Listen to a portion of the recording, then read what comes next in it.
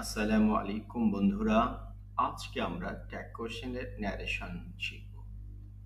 আমরা কি সবাই জানি যে ট্যাগ কোশ্চেনটা কি? আমি ১ এবং ২ নম্বর উদাহরণের মধ্যে আমি ২ টি বাক্য লিখেছি। I eat rice। তো এর ট্যাগ কোশ্চেন কি? Don't I? I eat rice, don't I? আমি ভাত খাই নাকি? I don't eat rice, do I? তাহলে এই শব্দটার যে সেন্টেন্সটা অ্যাফার্মেটিভে শুরু হয়ে যায় সেটিকে আমরা অতিরিক্ত একটা নট বসাই যে ডন্ট, এখানে নট নাই। আরেকটা রয়েছে আই ডোন্ট ইট রাইস। তো এখানে আমরা আসলে নটটা বাদ দিয়ে ডু আই লিখছি। তো বন্ধুরা, এই বিষয়টি দিয়ে আসলে আমরা মনে রাখতে পারছি বা মনে করছি যে এই জাতীয় বাক্যে যদি ন্যারেশন আমাদের করতে হয়, তো আমরা সেটি কিভাবে করব? তবে মনে রাখতে হবে যে ট্যাগ কোশ্চেন এই ন্যারেশনটা ঠিক অনেকটাই ইন্টারোগেটিভ সেন্টেন্সের এক্সটেন্ডেড এর মতো, অর্থাৎ এর প্রসারিত রূপ। আমরা প্রাথমিক কথাটুকু বলার পর এখন আমরা যাই। আমরা এখানে দেখি যে ট্যাগ কোশ্চেনের আসলে নিয়মটা কি? যে আসলে পূর্বের নিয়ম ট্যাগ কোশ্চেন আমরা যখন করতে যাব, তখন আমাদের মনে রাখতে হবে যে আমাদের ন্যারেশন, ইন্টারোগেটিভ ন্যারেশন করার যে নিয়মগুলো রয়েছে, সেই নিয়মগুলোকে আমাকে সম্পূর্ণরূপে প্রয়োগ করতে হবে। এরপরে বাকি যে অংশটুকু, এটা আরো কয়েকভাবে করা যায়। তো আমি যাতে আলোচনার পরিসর বৃদ্ধি না পায়, এই কারণে আমি সবচেয়ে সহজ স্টাইলটি বলছি যে এখানে আমরা অতিরিক্ত, অর্থাৎ পূর্বের নিয়মের ট্যাগ, আমরা যে নিয়ম আছে সেই নিয়মের ন্যারেশনটি করার পর আমরা অতিরিক্ত এই শব্দ কয়টি বসাবো, অ্যান্ড হোপ দ্যাট। এটা আমাদের বসাতে হবে। এরপর আমরা ঠিক ওই একটু আগে যে দেখলাম যে মূল ট্যাগের যদি নট থাকে, তাহলে আমাকে তাকে উঠিয়ে দিতে হবে ইনডাইরেক্ট করতে গেলে। আর যদি না থাকে, তাহলে আমাকে তাকে বসাতে হবে। কথাটা শুনলে হয়তো সহজেই বোধগম্য নাও হতে পারে, তবে আমরা উদাহরণের মাধ্যমে যদি এটি চর্চা করি, আশা রাখছি এটি খুব ক্লিয়ার হয়ে যাবে। আচ্ছা, আমরা এই বাক্যটার মধ্যে লক্ষ্য করি। হি said to me, I love my country, don't I? আমি আমার দেশকে ভালোবাসি, তাই নয় কি? তো এই সেন্টেন্সটি অ্যাসার্টিভ বাক্যে শুরু হয়ে গেছে। এই জন্য আমরা এখানে নট বসালাম, ডন্ট আই, তাই নয় কি? এখন এখানে কিন্তু কি আছে? নট দেয়া আছে। তো আমি যখন ট্যাগ কোশ্চেনের ন্যারেশনটি করতে যাব ইনডাইরেক্টে, তখন আমাকে সেই লাস্ট অংশে এসে আমাদের অ্যান্ড হোপ দ্যাট বসার পরে এই নট কথাটাকে তুলে দিতে হবে। শুধু এই কথাটি আমাকে বুঝতে হবে। এবং যদি আমার এরকম বাক্যের মধ্যে যদি আবার নট না থাকে, সেখানে আমাকে নট দিতে হবে। তাহলে কি ট্যাগে নট আছে, তাই ইনডাইরেক্ট তাকে তুলে দিতে হবে। এখানে নট আছে, এই নটটাকে আমরা তুলে দেব। তো কিভাবে সেটা তুলে দেব? চলো আমরা সেটি এবং দেখতে যাই। আবার আমরা এই বাক্যটির মধ্যে আসি। হি said to me, I love my country, don't I? তাই নয় কি? তো এখানে কিন্তু নট রয়েছে, ঠিক আগের বাক্যটি আমরা নিয়েছি। তো এই বাক্যটি দেখতে অ্যাসার্টিভ হলেও যেহেতু এখানে ইন্টারোগেটিভ চিহ্ন রয়েছে এবং ট্যাগ, তাহলে আমাকে কি করতে হবে? ইন্টারোগেটিভের নিয়মে আমাকে করতে হবে। আর ইন্টারোগেটিভ নিয়মে যদি আমি করতে যাই, তাহলে ঠিক আমি সাবজেক্ট হি রাখলাম, সেড টুর পরিবর্তে আক্স লিখলাম, এবং আমাকে এখানে ইফ বসাতে হলো নিয়ম অনুযায়ী। আমি ইফ বসাইলাম, এখানে আই রয়েছে। আই হচ্ছে ফার্স্ট পার্সন থাকলে সাবজেক্টকে ধরবে হি, তাহলে আমি হি বসাইলাম। এখানে লাভ মাই কান্ট্রি, লাভ আছে, তো এটা প্রেজেন্ট টেন্স, পাস্ট টেন্স করে দিলাম, হি লাভড। মাই আছে, আই মি মাই যদি হয় তাহলে হি হিম হিজ হচ্ছে হিজ কান্ট্রি। এরপরে হচ্ছে আমাদের মজার ব্যাপার, এইখানে আমাদের এই ডনটাইর জন্য আমরা কি লিখলাম? And hope that. এরপরে এই যে ডনটাই কথাটা রয়েছে, এখান থেকে আমরা নট তুলে দেব। আইটা তো হি হয়ে গেল, যদি এখানে আই তাহলে এখানে আই, এখানে হি হয়েছে, তো এখানে হি হয়ে যাবে। এখানে ডু নট, তার পাস্ট টেন্স ডিড নট হয়। তো এখানে যেহেতু আমরা নট তুলেই দিব, এই নটটা যেহেতু এখানে রয়েছে, এটা আমাদের এখানে তুলে দিতে হবে। এই জন্য এখানে আমরা নট তুলে দিয়ে ডুটার পাস্ট টেন্স ডিড বসালাম। তাহলে and hope that he did not, indirect তাই নটকে তুলে দিতে হবে। সুতরাং এই টেকনিকটাই যদি আমি বুঝি, তাহলে আমার ন্যারেশন করা খুব সহজ হয়ে যাবে। আচ্ছা, তারপর আমরা যদি আরো কিছু উদাহরণে যাই, দেখা যাক এখানে Rakhi said to me, you are going to college, aren't you? তুমি কলেজে যাচ্ছ, তাই নয় কি? এখানে কিন্তু নট রয়েছে, আন্ট ইউ।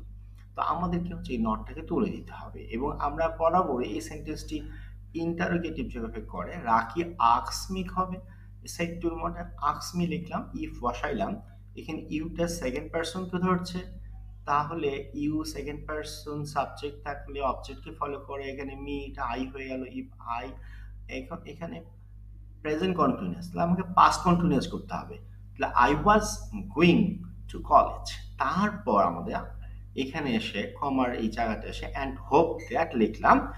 ঠিক আমি এখানে ইউ যেহেতু রয়েছে, এখানে ইউর জন্য আই হয়েছে, তাই এখানে ইউর জন্য আই হয়ে গেল আর নট উঠাই গেল, আর এর পাস্ট টেন্স ওয়াজ বসাইলাম, তাহলে কি হলো and hope that I watch.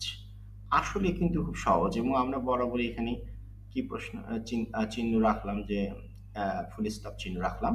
তাহলে বন্ধুরা আমরা কিন্তু শিখলাম যে যেটায় নট রয়েছে, অর্থাৎ যে বাক্যটি এখানে অ্যাসার্টিভ শুরু হলো you are going to college, আর ট্যাগ কোশ্চেনটা এখানে নট দেওয়া হলো, সেইটার আমরা শিখলাম নটকে উঠাই দিয়ে কিভাবে ট্যাগ করতে হয়। এরপর যদি আমরা পরের উদাহরণে যাই, দেখা যাক এই উদাহরণটা কিরকম রয়েছে। এটি নেগেটিভ দিয়ে শুরু হলো প্রথমে, হি said to me I did not attend into the class yesterday, did I? তাহলে এখানে কিন্তু নট নাই, তাহলে আমাদের কি করতে হবে, যখন ইনডাইরেক্ট করতে যাব তখন আমাকে নটটা বসাই দিতে হবে। ঠিক আগের নিয়মটা কিন্তু উল্টো। তাহলে আমরা এটা বরাবরই করব, হি আস্কস মি, এখানে ইফ বসাবো, তারপরে আইটা বরাবরই ফার্স্ট পারসন সাবজেক্টকে ফলো করবে হি, এখানে ডিড নট অ্যাটেন্ড যেহেতু পাস্ট ইনডিফিনিট টেন্স, তাহলে কি পাস্ট পারফেক্ট হবে, যে সেন্টেন্স আছে যেরকম ধরন সেটাই করলাম। তাহলে he had not attended into the class the previous day, yesterday থাকলে previous day, and hope that he, এবার হি বসাইলাম যেহেতু আই আছে হি, ঠিক ডিড আছে পাস্ট টেন্সের চিহ্ন, এই জন্য হ্যাড বসাইলাম, কিন্তু এখানে তো নট নাই, এই জন্য আমাকে এখানে নট করতে হবে, দ্যাট হি হ্যাড নট। এইটাই হচ্ছে ট্রিক্স, অর্থাৎ এখানে নট নাই এই কারণে আমি এখানে নট দিব, আর আগের সেন্টেন্সে নট ছিল বলে সেখানে আমি নট উঠাই দিয়েছি। বন্ধুরা কি বুঝতে পেরেছেন? এটা কিন্তু খুব সহজ। এই বিষয়ে এই টেকনিকটা ধরতে পারলেই এটি কিন্তু আমাদের করা খুবই সহজ। তাহলে আমরা বললাম hope that he had not, কারণ নট ছাড়া এই বাক্যটি ট্যাগে রয়েছে, তাই ইনডাইরেক্টে আমরা এই নট পূরণ করে দিলাম নিয়ম মেনে। তো আশা করি তোমরা বুঝতে পেরেছ। এবার যদি আমরা আসি ট্যাগে আবার নট ছাড়া, ঠিক আগের উদাহরণটি আর একটু ভালো করে পড়ি। আচ্ছা, Rakib said to Jabir you didn't do the work, did you? এবার ডিড ইউ কথাটা রয়েছে, Rakib ask Jabir that he, এখানে ইউটা জাবিরকে ধরছে, এই জন্য জাবির চিহ্ন, he had not done the work and hope that he had, did you had not, এখানে নট বসাইলাম কেন, এখানে নট নাই, তো এখানে নট বসাইলাম। তাহলে যেখানে নট নাই সেখানে ইনডাইরেক্ট নট দিতে হবে, আর যেখানে ট্যাগে নট আছে সেখানে তুলে দিতে হবে। সো এই টেকনিক দুটো যদি আমরা জানতে পারি তাহলে আমাদের কিন্তু শিক্ষা খুব সহজ। তো যাই হোক, এখন এই নিয়ম দুটোকে আবার আমরা দুটো সেন্টেন্সের মধ্যে আবারও একটু রিভিশন দিয়ে দিই। He said to me you have miss the class, haven't you? তাহলে আমরা কিভাবে করবো, হি আস্কস মি, ইফ আইটা কাকে ধরবে, মিকে ধরবে second person, if I had এটা present perfect tense, past perfect tense হয়েছে, if I had miss the class, and hope that, have not আছে, নট ওটাই গেল, আর যদি হ্যাভ নট আমরা এখানে হ্যাভের পাস্ট টেন্স কি করে দিলাম, হ্যাভটাকে আমরা হ্যাড করে দিলাম, হোপ দ্যাট আই হ্যাড। ঠিক এভাবে he said to me you was not playing football yesterday, was you? তাহলে কি হচ্ছে, he asks me if I, এখানে ইউটাকে কি ধরবে সেকেন্ড পারসন, তাহলে মিকে ধরবে, I had not been playing, এটা প্রেজেন্ট পারফেক্ট, অর্থাৎ আমরা এখানে দেওয়া আছে পাস্ট পাস্ট কন্টিনিউয়াস টেন্স, তো এই কারণে আমরা এটাকে প্রেজেন্ট পারফেক্ট কন্টিনিউয়াস টেন্স করেছি। If I had not been playing football the previous day and hope that I had not, যেহেতু এখানে নট নাই তাহলে আই হ্যাড নট, তাহলে am is, am is are, was were, হ্যাঁ, been. তো এখন এখানে দেখা আছে যেহেতু ওয়াজ আছে এই কারণে আমরা এখানে কি করলাম, হ্যাড বসাইলাম পাস্ট টেন্সের চিহ্ন হিসেবে, hope that I had not. তাহলে বন্ধুরা আমরা কি সবাই বুঝতে পেরেছি? এবং না বুঝলে আমরা বারবার দেখব এবং চেষ্টা করব। সবাইকে ধন্যবাদ দেখার জন্য। আসসালাম।